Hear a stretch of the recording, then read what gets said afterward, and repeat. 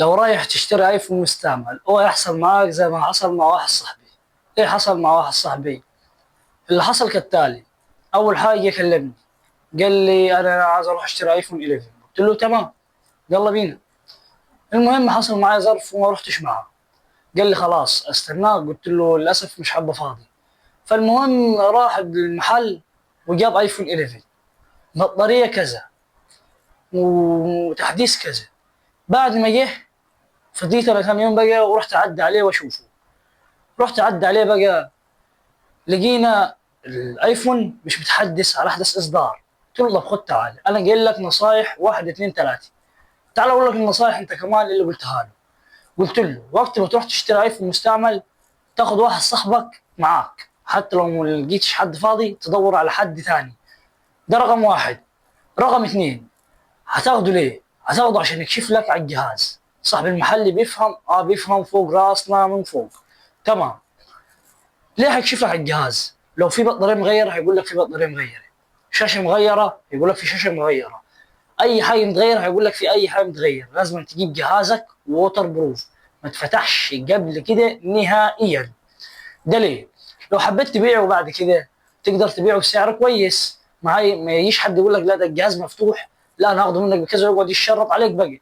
لا، انت تجيب جهازك ووتر بروف عشان تعرف تبيعه بعد كده ان شاء الله. ثالث حاجه، انا عملت معاه ايه؟ قلت له لو حد كان راح معاه كان هيعمل معاه ايه اصلا؟ كان هيفحص الجهاز لو ما لقوش على اخر تحديث. ودي النقطه اللي انا عامل فيديو مخصوص ليها، لان كذا واحد بيكلمني عايز ايفون مستعمل ومش عارف الحل ايه من غير ما ياخد اي حد معاه.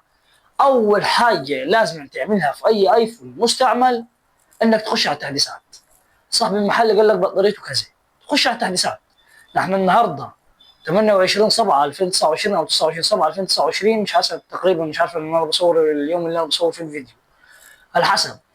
نحن النهارده على اي او اس 18.5. حلو، حلو الكلام. حتى الان ما فيش اي تحديث نزل.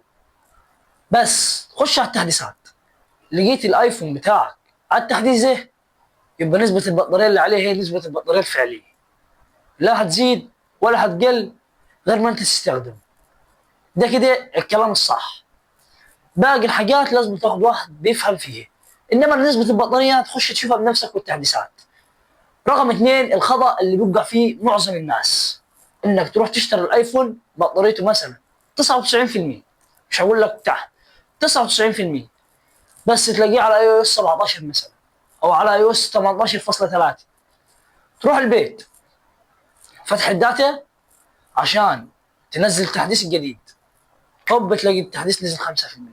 لا سوري، نسبة البطارية نزلت 5%.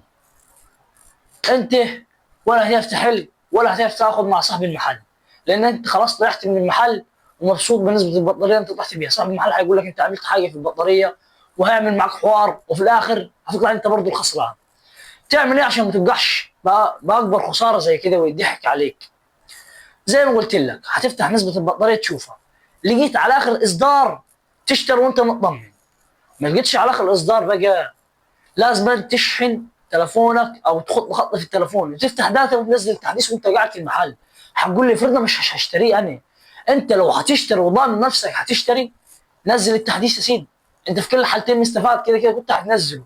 بس الاضمن ليك عشان تضمن فلوسك وحقك، انت مش هتدفع جنيه ولا اتنين في التحديث ده.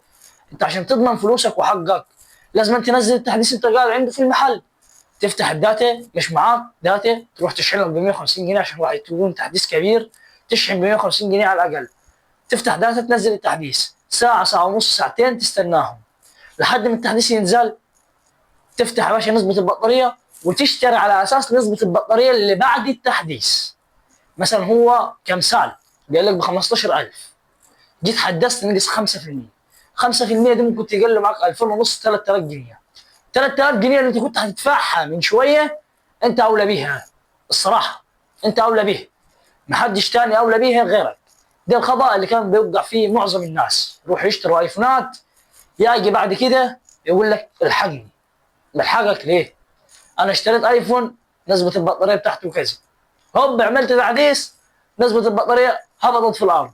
طب انت من الاول ليه ما تسمعش فيديو واثنين وثلاثه على اليوتيوب وتنزل تتابع عبد الله رجب، تروح بقى تعمل له سبسكرايب ولايك عشان توصل 1000 مشترك في اسرع وقت. عشان انت لو حبيت تشتري ايفون او تبيع تاني، صدقني صدقني صدقني هترجع للقناه دي. وسلام يا حبيب قلبي. بس في نهايه الفيديو صلى على حبيبي وحبيبك عليه افضل الصلاه والسلام.